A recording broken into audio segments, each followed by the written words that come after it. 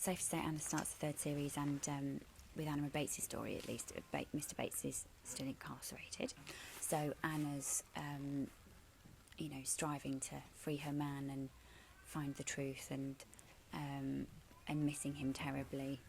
And that's about all I can say, really. But she definitely develops as a woman, I think, over this series, and I think she becomes a bit more. She's a married lady now, and she later on in the series she gets an official promotion in the house, and so she's starting to feel, much more senior in the world of Downton, as it were. So that's quite fun to see her grow in that way. Yeah, absolutely. So you must have been anxious yourself when you got the script to see where things were going. Because this is the storyline.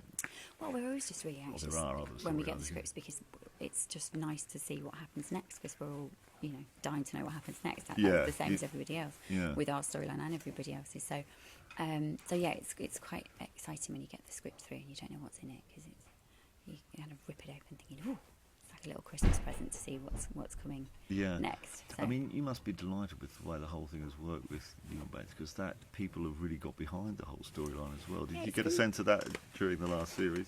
Yeah, it's been really lovely that people have connected with it in some way, and I think it's really, it's just obviously really nice for us, and it's a big compliment for us that people have enjoyed the story.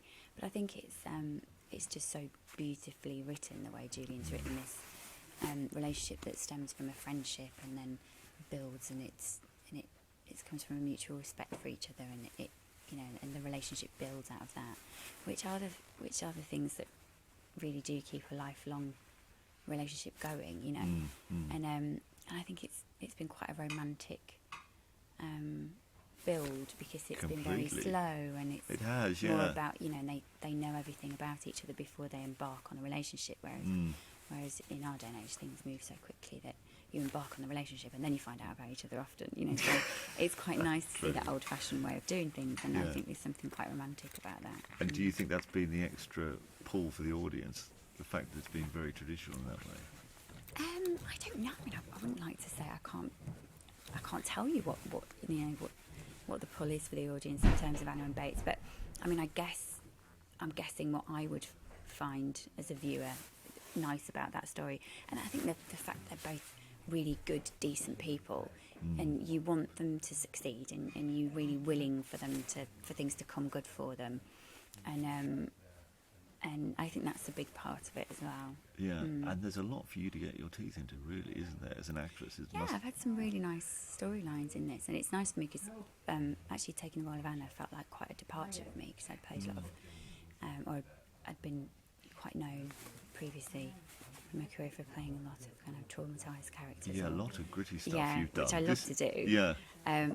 But that's why it was really nice when I read the character of Anna. I thought, that's actually quite different for me. Something that's very grounded and just very nice, very strong-minded, and quite moralistic, but fun as well. Not But you can't imagine it would have gone the way it did, though. Which I suppose. No, I mean, that must have had something to do with the chemistry that you struck up with Brendan. Do you think? Yeah, I mean, Brendan and I love working together. I think I can safely say the same thing. I hope so.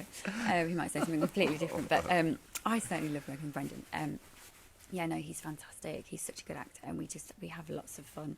And from the first rehearsal that we did, when we just sat with the director Brian and talked through the scenes for the very first time we met, in fact, we both had the same ideas, and we read it, and we were just on the same wavelength straight away. So we just both felt really comfortable, and we were like, oh great, that's great. We'd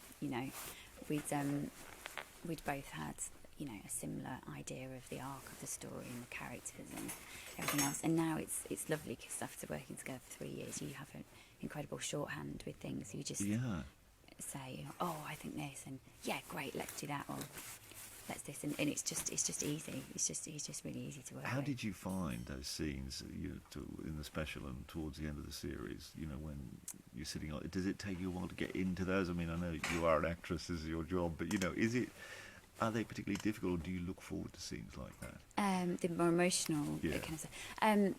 Yeah, I mean, some days they're easier than others. It's like anything. Some days you really have to concentrate hard to pull it out of the bag, and some days it comes quite easily. So it is dependent on so many things. So sometimes you just have to work a little bit harder. Yeah. For So how it do you to work get a little there. bit harder if you're not getting into it? What do you what do you do in your head to make it work? Well, what I do is the main thing is to just, I'll probably listen to music and stuff, not because I'm listening to sad music necessarily to make me sad, but just the fact, so I kind of avoid conversations with people because I can't kind of have a laugh and a joke and then burst out into tears. So it's more, I kind of keep myself to myself a little bit. Yeah.